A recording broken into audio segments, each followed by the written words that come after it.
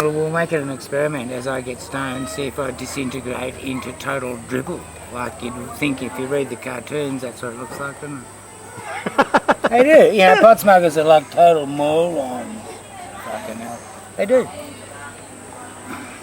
It was in the Good Weekend magazine at the weekend, you know, that modern guru, what do I do with my teenagers? But, well, if you want them to be a dribbling vegetable, let them go. It's not altogether true, I think. What about hydroponic? Thanks, Alan. What about hydroponic and versus organically grown dope? What's the... I think the chemical's making a difference.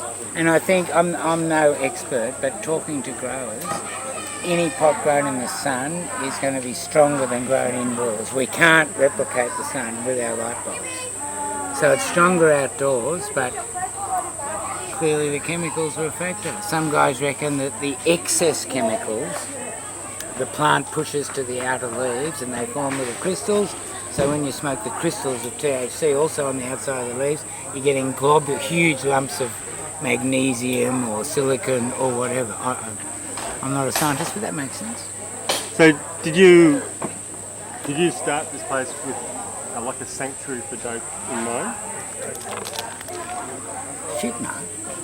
Did you start it? In fact, I came to Nimbin and I wasn't smoking pot, and that's about more than 20 years ago.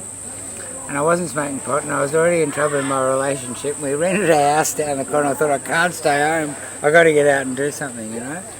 So there was a job at the youth club, which was in the tomato sauce. I applied for that, and this shop was up for rent, $35 a week. So I applied for that, and I got both.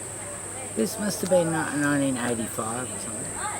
And I did the youth club shop for a year, and I just started a second-hand shop because I always like scrounging and junk, and I'd done it before and done market stalls, you know, where I turn other people's waste into a few bucks, and I like the freedom of it. So a guy actually lent me $1,000, and I went to a garage sale, local garage sale, and bought heaps of stuff and got heaps from the tip, and opened the second, and had a junk shop which then grew for 7 or 8 years until I rented all the buildings sort of. And then the relationship finally dissolved and I was a bit heartbroken. I couldn't do it anymore, but it had become a good junk shop meanwhile. And everyone said, oh, you can't close down, you can't close down, you know. So with artist mates, several, we thought, hey, we're going to make something for the increasing number of tourists who are coming to visit Nimbin. And so, you know, we sort of made it up as we went. It's this journey through the history of this piece of land, hippie view of life in a way. So that's about 15 years ago. I'm amazed we're still here. To me, the whole place is like a living art. It's become that a bit, hasn't it? Visit Nimbin for an hour or two. They walk through. They're only going to go away with a few bits, a few memories. So really it was about a place for visitors to meet locals. And then all the dope dealing but overtook it, you know. Pot has got so popular, and Nimbin's name, reputation for being a bit of a pot culture. It's become a marketplace. So many people coming here, and keeping them out of the museum, which became a tourist place, became really difficult. So I was actually, you know, the laws pitted me against all the Nimbin youth, you know. Get out of here, and I've had lots of wars and lots of threats and lots of shit for so long, to the point where I said enough. And I told the police, look, this is a few years ago, I told the police, look, I'm over it. I'm going to ask them to behave, but I'm sick of kicking them out and not winning and fighting them and blah, blah, blah. You police it. Well, it filled up with dealers pretty quickly, and they behaved much better, but then the police got warrants, and we had big raids here last year. So now there's no dealing inside, and the back door's closed, and all the dealing's outside, but right from the beginning, I hadn't really thought about the war on drugs when I came to Nimbin, but right from the beginning, when I had dramas in the second-hand shop with, in those days it was heroin addicts selling pot to supply their habit.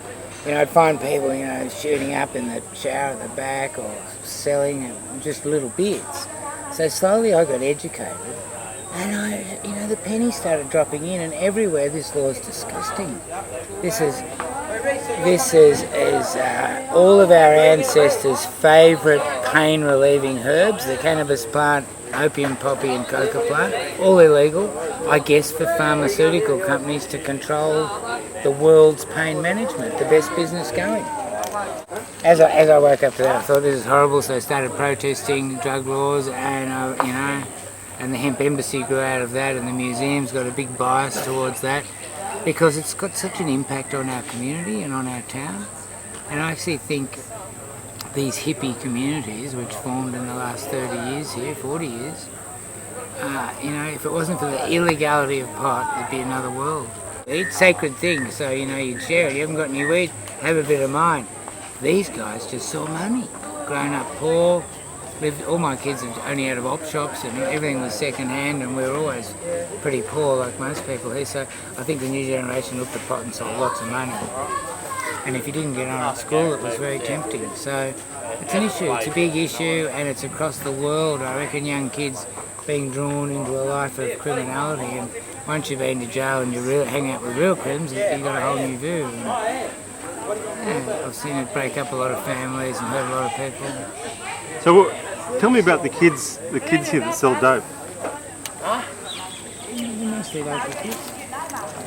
And they're good kids. I don't know, one bad kid amongst them is a couple of little jerks who don't trust anyone because they've had shocking childhoods, some of them, and some of them, their parents sold dope. And, that's all they've known.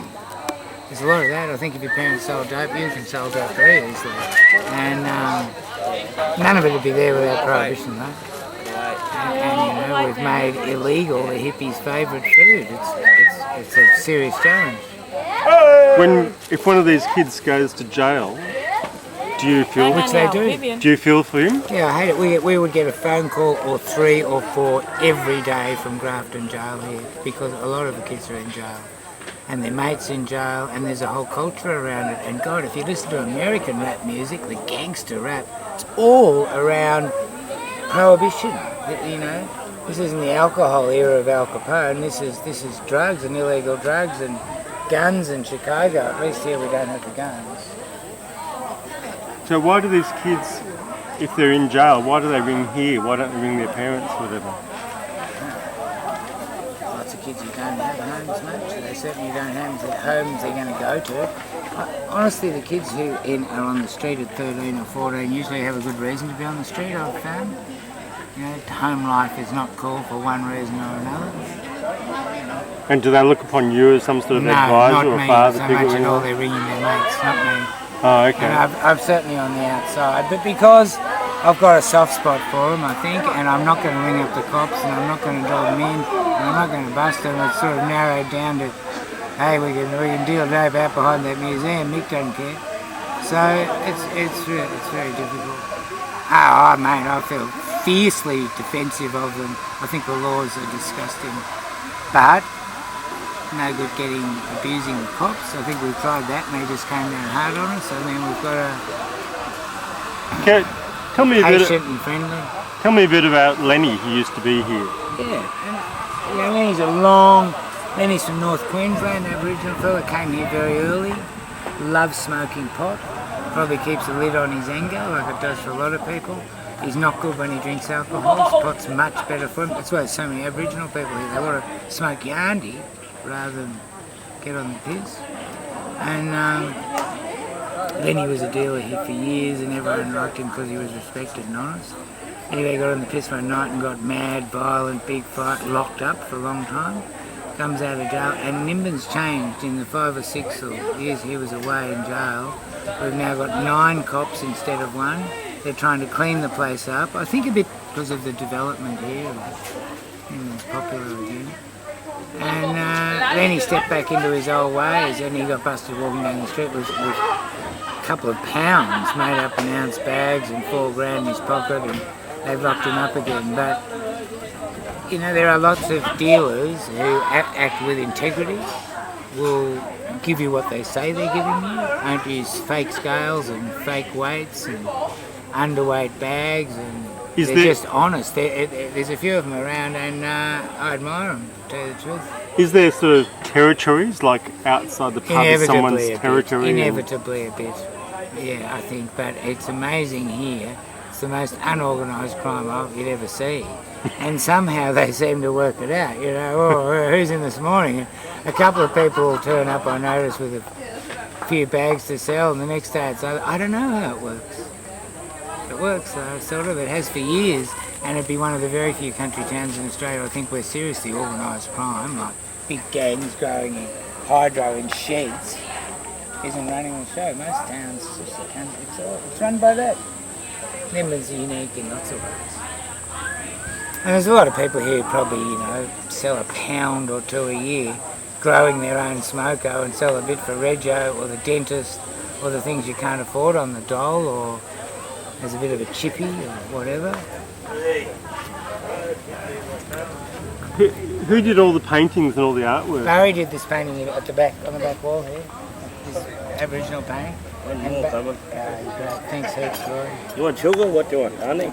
You got one? Yeah, champion. Thank you, man. Yeah, sugar. Roy's brought everything. Look at champion.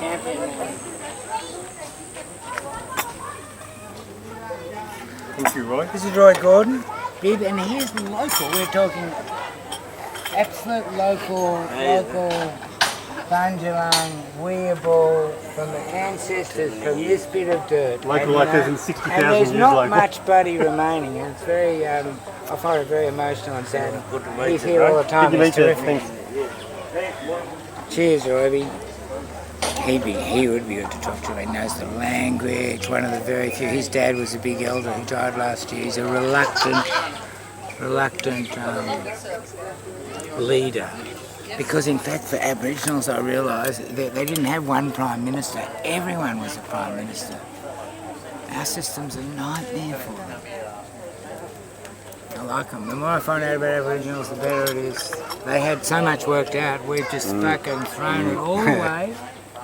This treading lightly on the earth, this sustainability, they had it worked out. They were farming the place way beyond anything we did. Maybe we'll stash these fish in this water hole, we'll come back and eat them, and we'll plant these few seeds in those old fish remains here, and they'll be beautiful next year near the campsite. And we'll stash all this grass up here and collect the seeds in a month. They were doing so much stuff that we just never saw or acknowledged at all, and they were really gentle people, I think. They had 50,000 years of practice, or however long. I am so ashamed of what us white fellas have done. So that's been a big influence in the museum. And at the time when I started it with a few artists, Barry Jerome, Aboriginal and culture guy, his mum from South and his dad's from Brisbane, he was living with us and on the community, and so Barry and me and Elspeth and Barry's girlfriend Helen really started it off with a few other mates, but Barry painted all the front room of the museum.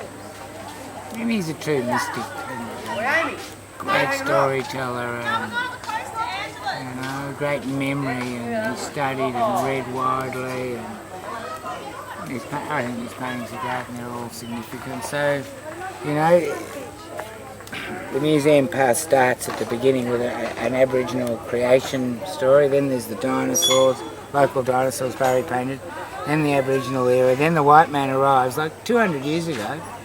The serpent path loses its colour, the forests are chopped down, and then the hippies come 30 years, 40 years ago. So the journey through the museum, which we kind of made up as we came, is a walk through the history of this piece of earth. That's what we were thinking, us stoned hippies out in the bush, as we'd make it up. And a couple of years into it, I realised, I'd been living in Patmos in Greece for a couple of years with this small little community, and pretty lost and bewildered and thinking, what the fuck am I going to do with my life, because I dropped out from being a stockbroker and taken mushrooms and fully sorted out all the old conditioning enough to have no idea, what do you do now? Where do we fit in? And I remember thinking about this a lot and having this big cosmic dream where I was with this community and we were building this temple with lots of group of artists, and I realised years later it was the museum. So, it might be my own imagination, but it felt like it was a bit of a destined thing or something. So it gave me a chance to do a lot of things I wanted to do, which was probably communicate, share stuff with people. You also I love the seem to take... backpackers who come through. Backpackers are, because I'd spent probably 10 years travelling overseas, love talking to the backpackers, which would probably be the cream of a lot of European, just finished uni, go travelling, come to Nimbin. They're smart guys, aren't they? The ones who come to Nimbin too are going to be a bit different, leaning that way anyway.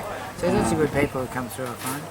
So putting a Christian thread in it was important, I think, so the rednecks would feel comfortable and maybe come across a bit. You know what I mean? You've got to speak in the language of the people, haven't you? And I think, Jesus had it right and the church just turned him into a business. He was an early hippie for me, and I got no problems with Jesus, and it makes sense to me. All of his raves, and I bet he loved mushrooms. Don't you think that he went beyond drugs? Absolutely. And I certainly, had lots of periods without drugs too, but I seem to be stuck smoking weed at the moment. And I don't want to encourage anyone to use drugs, unless you never have, then I think, yeah, worth a shot. Have a look, why not? Understand what everyone's on about. You should get at least drunk once in your life and stoned once. And I'd have a mushy trip too. So. I mean, a lot of the kids here went to little hippie kids' state schools, and the mushrooms are growing in the cow shit in the paddock next door. They've had trips at 12 and 13 and 14. And then you look up old cultures where they did that in a ritualistic way, and I think it is probably mind expanding and insightful, but by God, this establishment doesn't want you to do that, or smoke weed, or see through any of their bullshit. They just want you to believe them and tread their path until we've destroyed the whole earth, it looks like. So I'm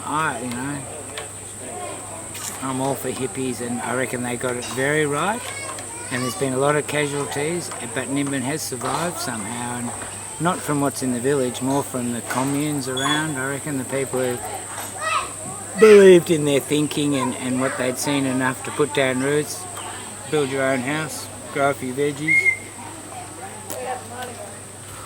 Don't put money on the top of the priorities. That's the game. It seemed. I think everyone started playing Monopoly and forgot they were playing Monopoly and trashed the place.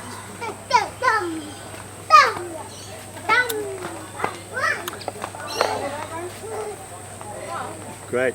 So what's next? It's interesting what's next, because there was lots of prophecies with hippies. It was a mystical thing, and Nimbin's a mystical place, I think. So, hippies, year 2000, it's all going to happen. And then it was this. Now it's 2012, isn't it, when the calendar finishes? And I don't know, but I do know that generally it makes sense, but it comes out of left or right field. It doesn't come from where you expect. So it's like we woke up on a Boxing Day with that big tidal waves, or a disease, or a bloody war.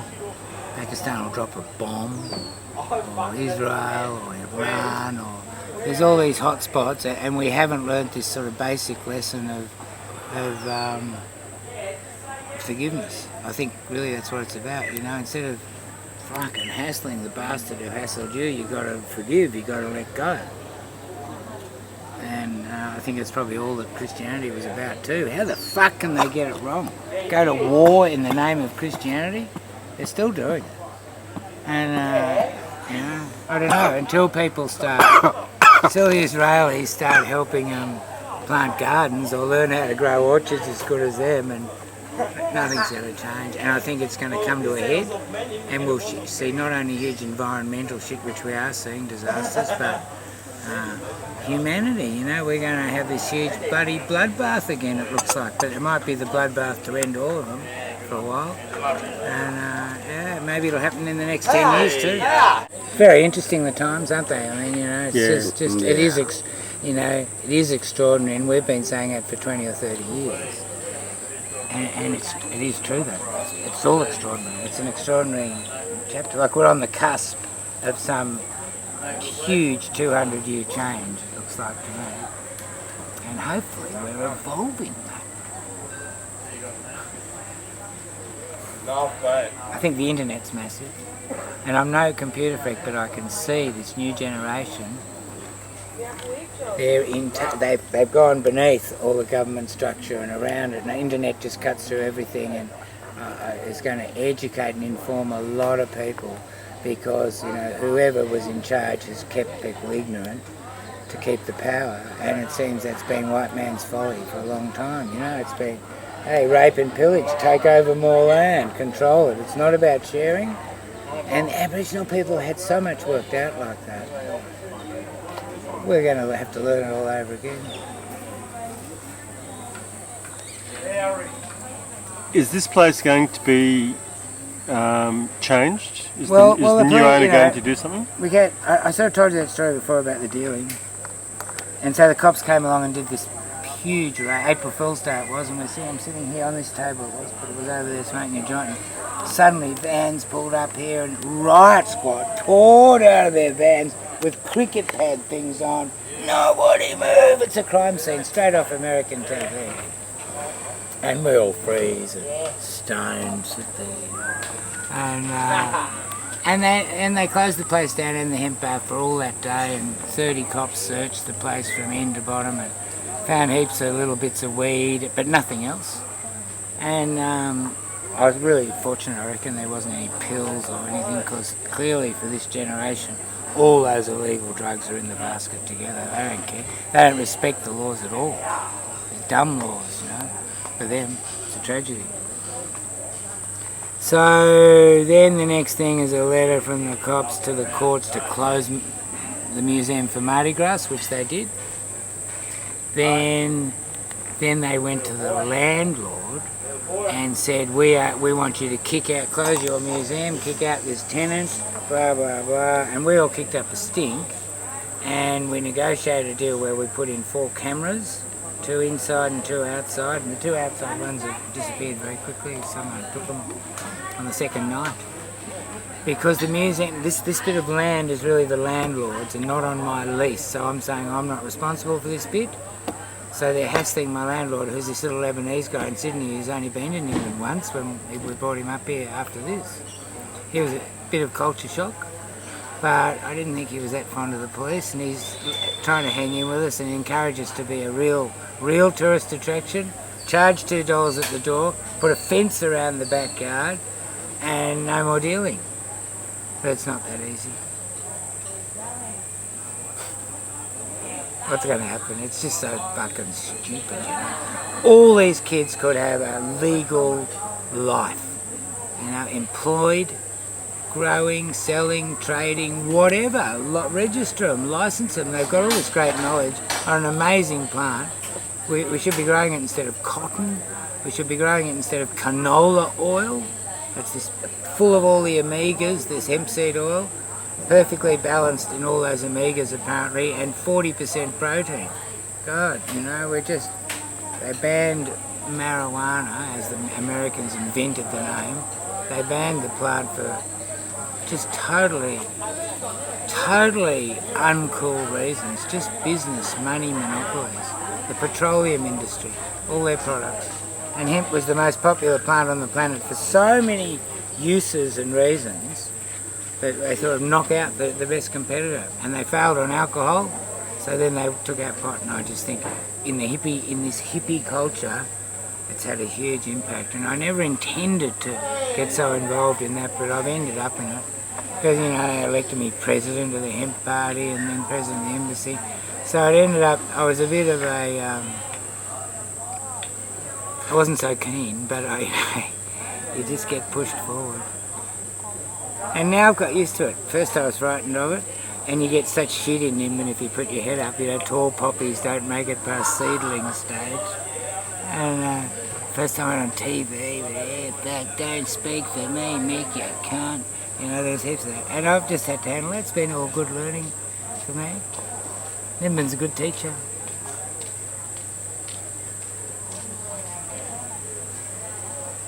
And coming from a bit of a spoilt and sheltered background to end up with a bunch of street people and Aboriginals, it's great for me, I reckon. It's real and great, and I feel very lucky to have ended up here, really. And have something to do that feels a bit useful. I'm happy to get up in the morning and get into it. That was always a bit of an issue for me. What the fuck are you going to do? You know, the places where we all had drugs and woke up to what was really happening. It's like, my God, the place, this is, you know, it's trash. So all of us hippies went to places like Bali or Nepal or wherever where there were still people living with the earth and loving it and natural. And then it's like, oh, well, do we live there forever? Which lots of people did. I got heaps of mates in India living there. Or you come back here, and you come back here, where do you fit in? Oh, we'll all go to Nimbin. It was like lepers. All these people gathered in one spot. And then the bloody herb that kept our anger under control, they made it legal. So it's a tricky road, and I reckon Nimbin, it's got a heart of gold. The community's got a heart of gold. The evolution of the museum? How did that come about? A collective of artists? Well, I had the idea in my head for a long time, and I couldn't get rid of it. And it was like, where do ideas come from, you know? That's why I think you can't own them and claim them and get into an ego trip, you know? It's really... I suspect we're like vessels, almost walking into our own footsteps. There's some kind of destiny or play happening as well as freedom. And the museum was a nagging idea, and it just unfolded, and I think I called a town meeting and a few people came and said they'd do different rooms. Donato made the cave and Bob Hopkins made the hippie room, and we made the hemp room because it was big. That was the original hemp embassy in that room. And that cafe's had a huge evolution. So had about 8 different people in there. It was the sort of base camp for the Timbara protests, which stopped a gold mine on the sort of sacred land out here near Tenterfield. It's, you know, and Rodney, who's been volunteering there for the last few years, he would probably be closed without him, and Philip Bales, who's been there with him, helping him, because they've managed to get the boys to behave a bit, which is really tricky. It's quite hardcore, and you need an Aboriginal in there too, because they're not going to listen to any white mongrel, and fair enough. And there is a new respect here, I reckon, which is great, and that's why it's hard for outsiders to break in probably, but there is a bit of respect, and Nimbin's isolated enough and small enough to keep tabs on everyone. Like, you know, don't know. I haven't lived in big cities long enough with kids to ever do anything like that, but here we all know each other pretty well and look out for each other. Doesn't mean people don't get a shitty deal of weed. I hate that. I'd love it to be some kind of regulation.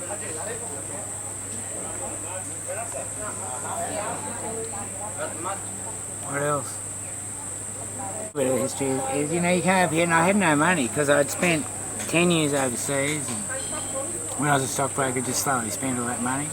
I really wanted, I lived cheap, but you inevitably went through it all, and I worked a bit, and I came up here and sort of started that second-hand shop like I told you. Yeah. And I borrowed 25 grand off my old man. I was lucky to have paid him interest and bought a share in a community. And that's been a huge trip. And you can't do that now. They're like fucking $250,000 or something. That a share in a community is that. I'm in the Tweed Valley, and I was really fortunate, I reckon. And the very early shares were $1,000 or $200 at Thunderball. And that's all gone. And there was a moment there in history, 20-year period, where there was a lot of people who sort of went back to the land. It's not nearly as easy now. I don't see new communities being formed. And it's a real pity because in the end it's going to be about community.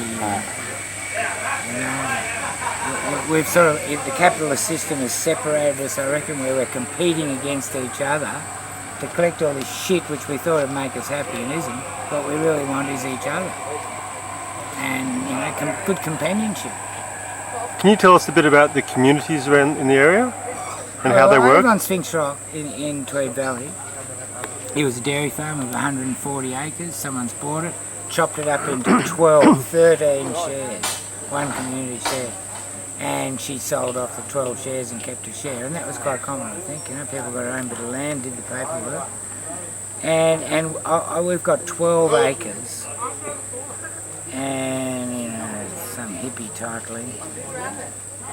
It's because the banks won't lend on it.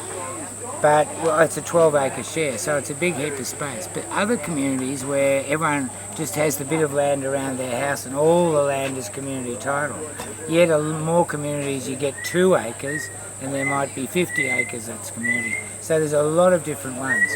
Where Thunderball you just get a house site, I think, don't you? And then there's common land. And, you know, Thunderball's a great success story to me. You know, when they bought the land early and they bought, I think, a couple of adjoining farms since. And they've got a hall, they've got a shop, they've always had a school.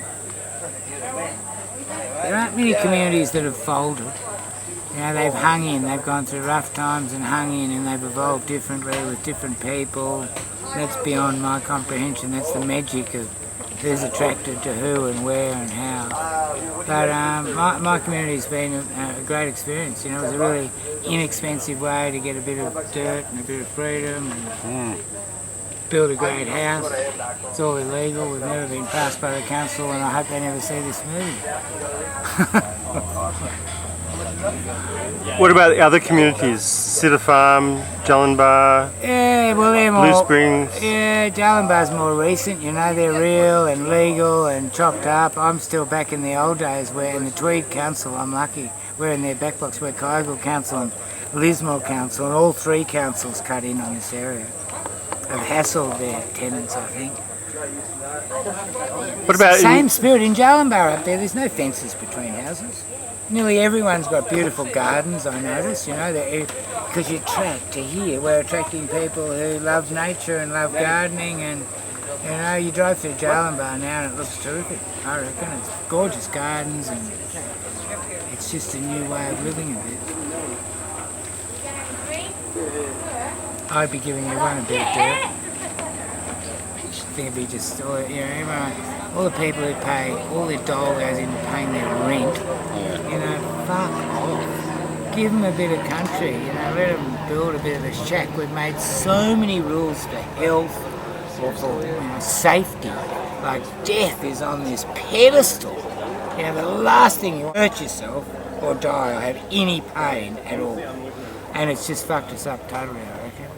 You know, it's just, I would never pass any health inspection home with this brick floor that's just about dirt and animals are covered in and out. No cats or dogs on the community, so the lizards are rampant and all the rest of it. And you know, all my kids have left home and live in the city and don't want to know about it. But it's really real, and I appreciate live close to the earth. And if you smoke pot, especially for there, it's very earthy. And What about the other communities? Sitter Farm. Oh, in Hawke's I don't know Day. Cedar Farm so well. I came Remember Bob Hawke passed some sort of community title thing in 1980? What I remember is before I lived here, which must have been late 70s, there were huge protests on the forests. And Lismore Council wanted to bulldoze all the beautiful artistic hippie homemade houses on Bodie Farm.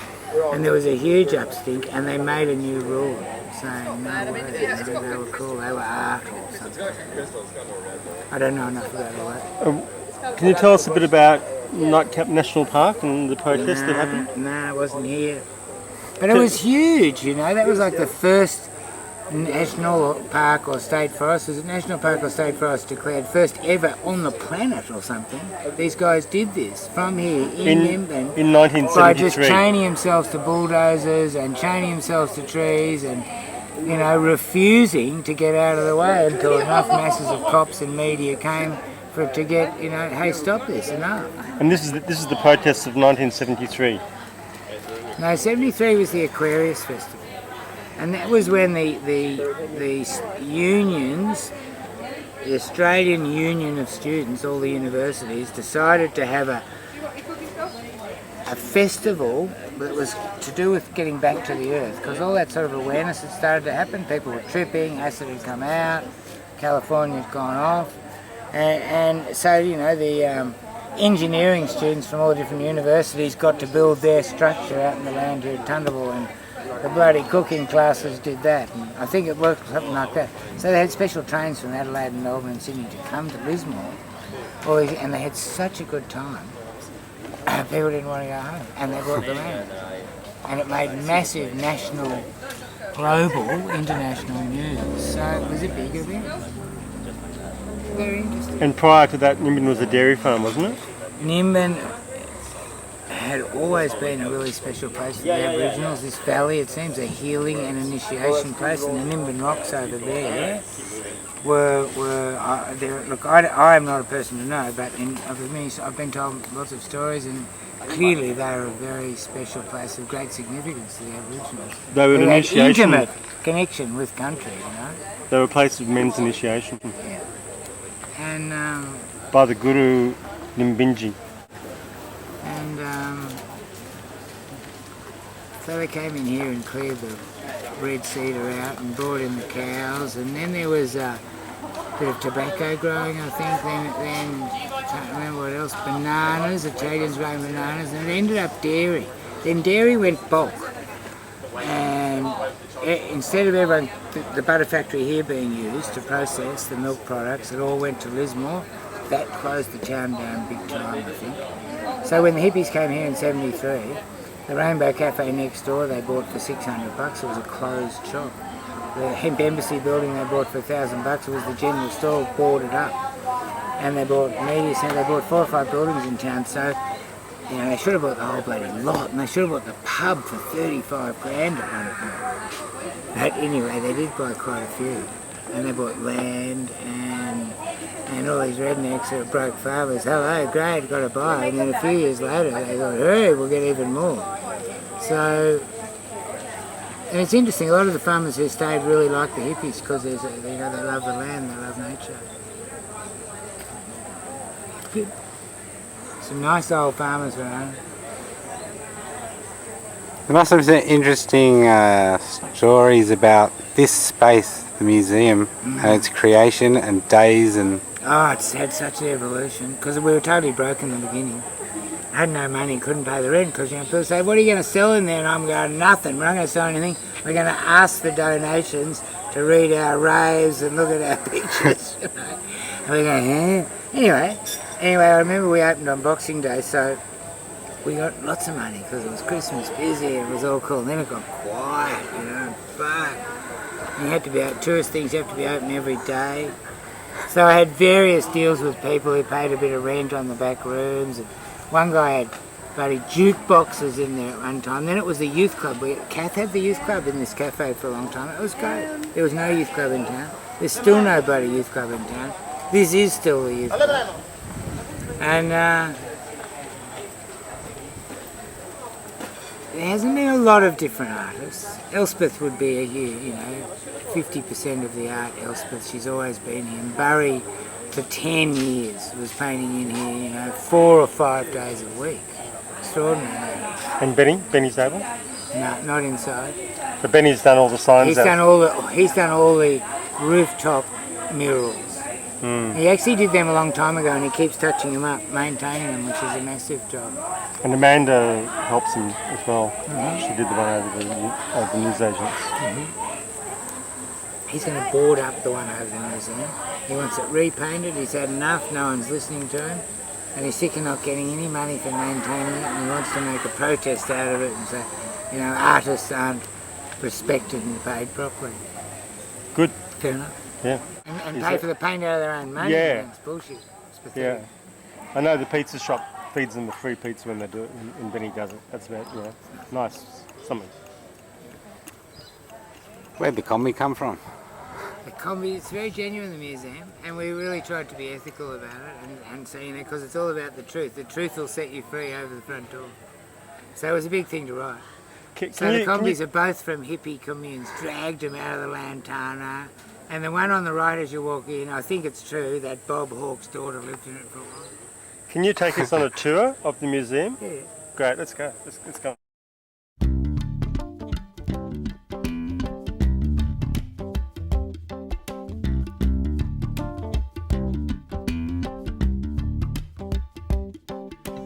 मस्त कलंदर मस्त मस्त दम मस्त कलंदर मस्त दम मस्त कलंदर मस्त मस्त दम मस्त कलंदर मस्त मेरा विरद है दम दम अली अली मेरा विरद है दम दम अली अली सखी लाल कलंदर मस्त मस्त सखी लाल कलंदर मस्त मस्त झूले लाल कलंदर मस्त मस्त दम मस्त कलंदर मस्त मस्त दम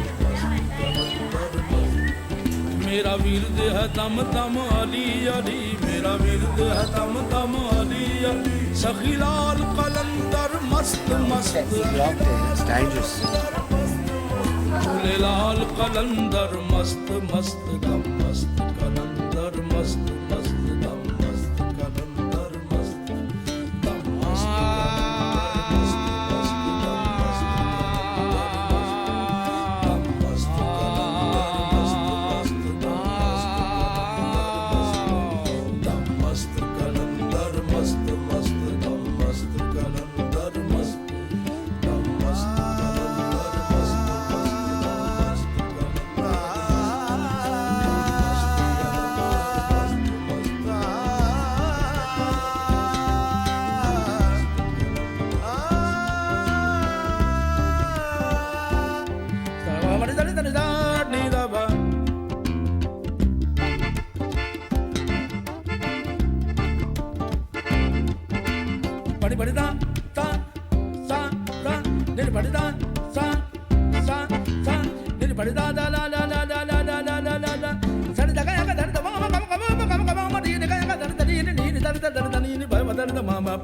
मस्त कलंदर मस्त मस्त दम मस्त कलंदर मस्त पानी निदा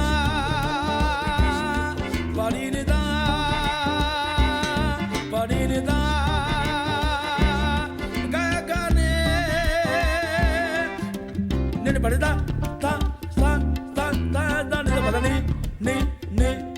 नहीं ने दा पड़दा दा दा दा दा दा पा मा पा पा pa pa pa ma ga ga ma ma ma ma ma ma ma ma ga pa ma ga de da dam mast kalandar mast mast dam mast kalandar mast dam mast kalandar mast mast pani da la la la la la la da da da da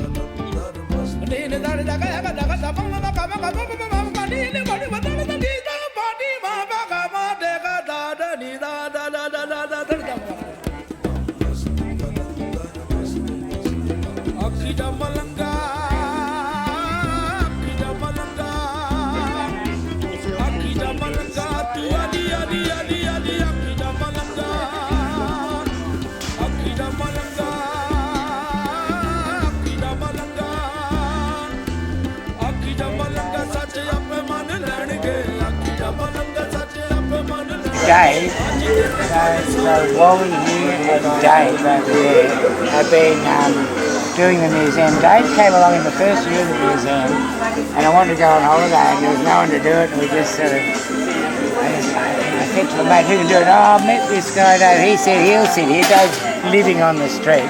This is 15 years ago. And so he did the museum every day then for several years. And then he met Sky, and they've since had 5 kids and bought a share of a hippie commune, and he still comes in and does 2 days a week. This is Dave with the girls here at the table. So he just come up from over. You might know that. Dave, do you mind? I've just told him a story about you. Oh, Sorry, yeah. it's just sort of local knowledge, yeah. I know, you know, you've been here forever. Can we ask Dave a question? Do you want to? Wally's been here for years now too. He's the same commune as Dave. And you know, here he's smoking a pipe out the front here the other day, and the cop nailed him. We've got new policing now. Really changed. Once upon a time they'd say, oh, tip that out. Not even bother. Let's go in, I'll show you.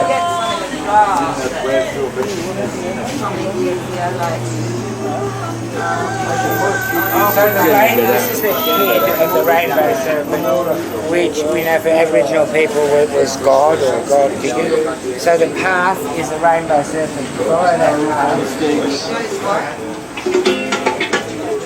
Bubbles. And it starts off really with this is Barry's. It's a painting of Aboriginal creation dreaming story of the creation, and these are the local dinosaurs that we did the research, got the right pictures. They used to live in. This is Barry. He reckons that's how it would have looked. How beautiful. So you're blocking that. And then there's an Aboriginal era, and then the white man arrives. So you follow the path, and it sort of makes it. Used to sing in the band with Alex. And that's the combi from Thunderball that Bob Hawke's daughter was moving in apparently. We even found a couple of needles and jammed down inside. No.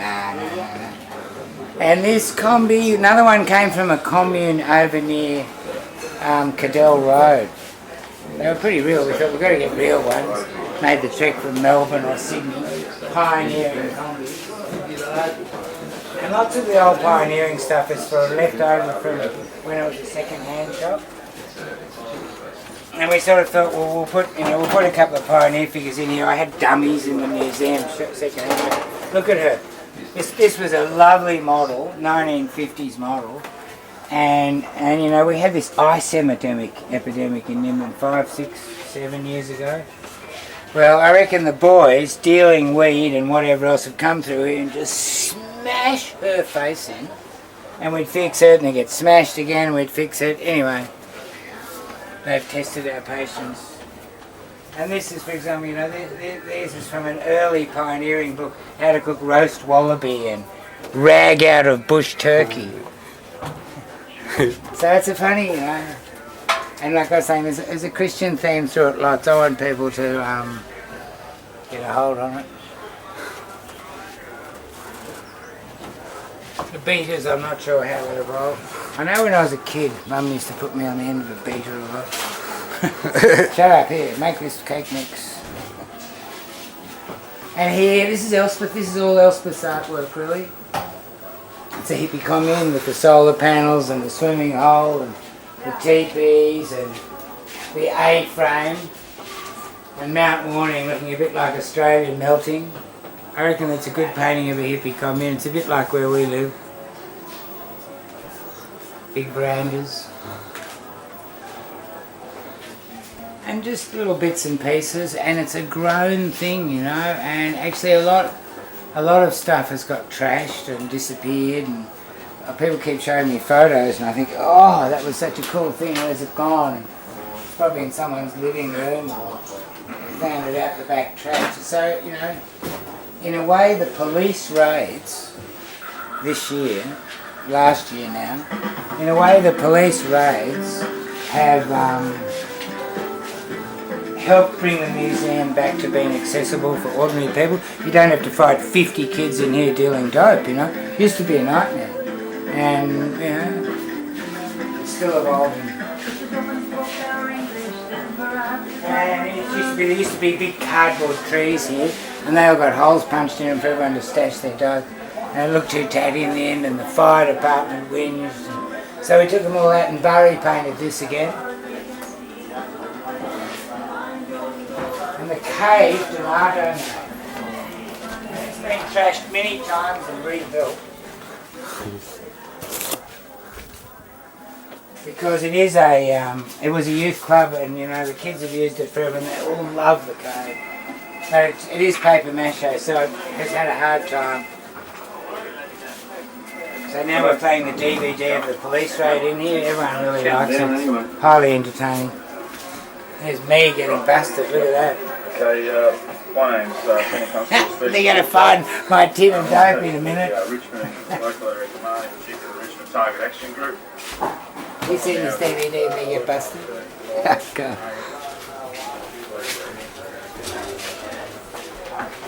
We've got one of the only showers in town, so lots of people use it. $2 it's supposed to be. It's usually just a bloody mess and you don't get any money.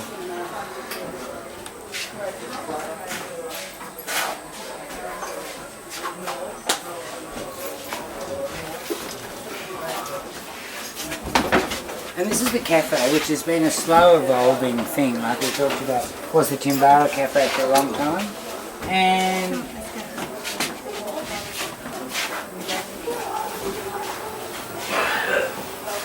now it's like, I don't know, there's Roy, who gave us the copy before, and it's a slow sort of conglomeration of lots of old Timbara stuff still. Nim FM should be on. It's not for some reason.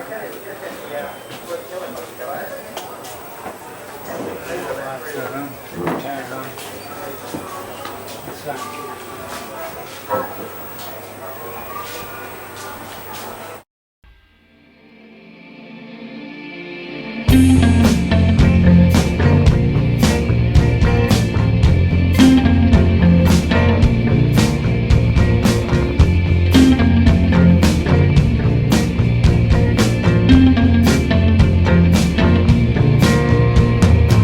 Into the corner of my room, see my friends in high places. I don't know which is which or who is whom. They've stolen each other's faces.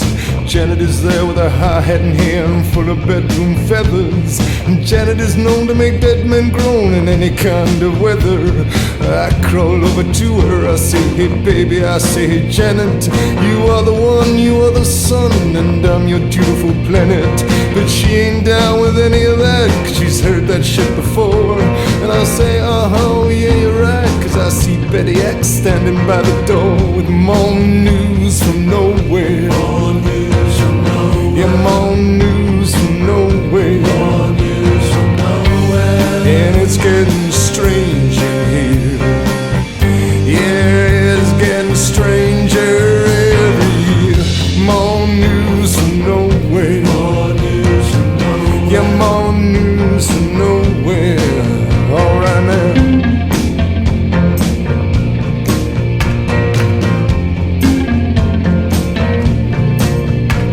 Now Betty X is like Betty Y minus that fatal chromosome. Her hair is like the wine dark sea in which sailors come home. I say, hey baby, I say, hey Betty X. I lean close up to her throat. This light you were carrying is like a lamp hanging from a distant boat. It is my light, says Betty X. Betty X says, this light ain't yours.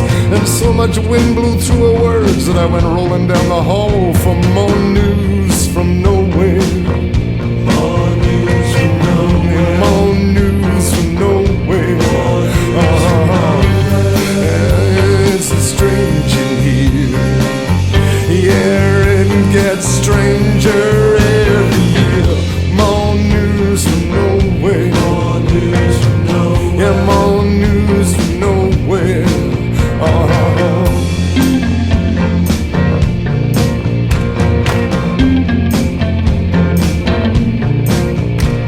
I turn another corner, I go down a corridor and I see this guy. He must be about 100 foot tall and he only has one eye. He asked me for my autograph, I write nobody, and then I wrap myself up in my woolly coat and I blind him with my pen. Cause someone must have stuck some in my drink. Everything's getting strange looking. Half the people are turned into squealing pigs, the other half are cooking.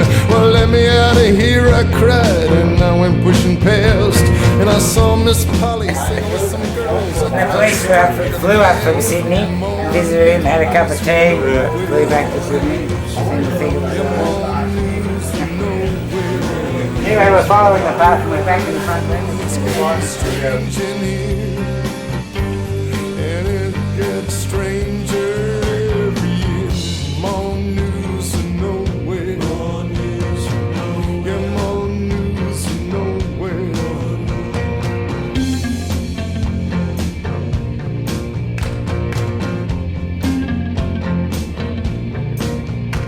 Well, then a black girl with no clothes on, she danced across the room. We charted the progress of the planets around that boogie-woogie moon. I called her my Nubian princess, gave her some sweet back badass jive. I spent the next 7 years between her legs, pining for my wife. But by and by it all went wrong, I fell washed up on the shore. She stared down at me from up in the storm, and I sobbed up on the floor for more news from nowhere.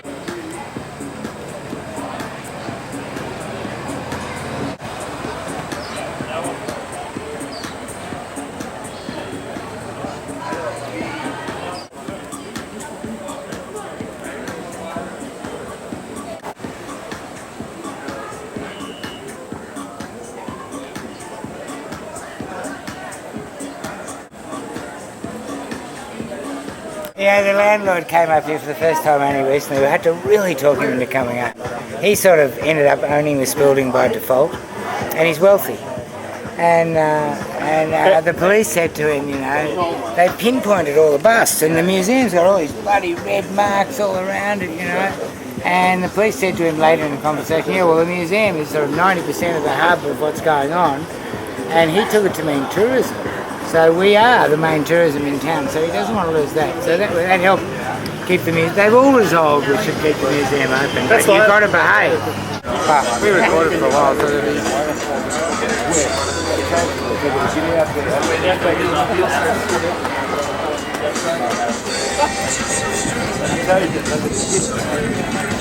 Hey Johnny, you want to say hello to the camera? Welcome to the best part of the planet.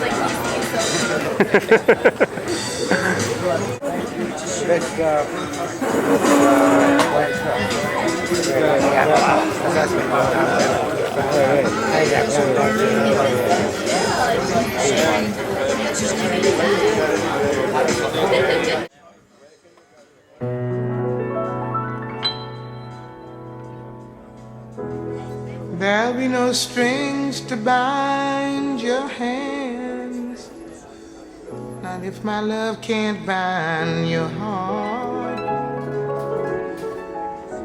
And there's no need to take a stand, for it was I who chose to start.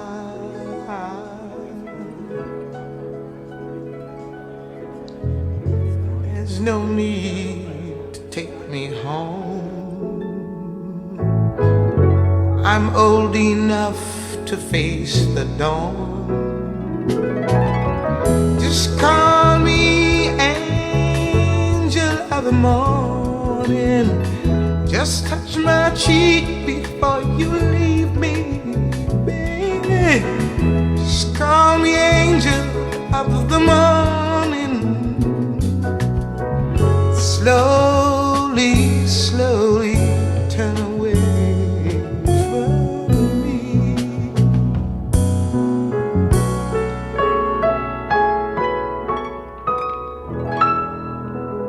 Well, maybe the sun's light will be dim,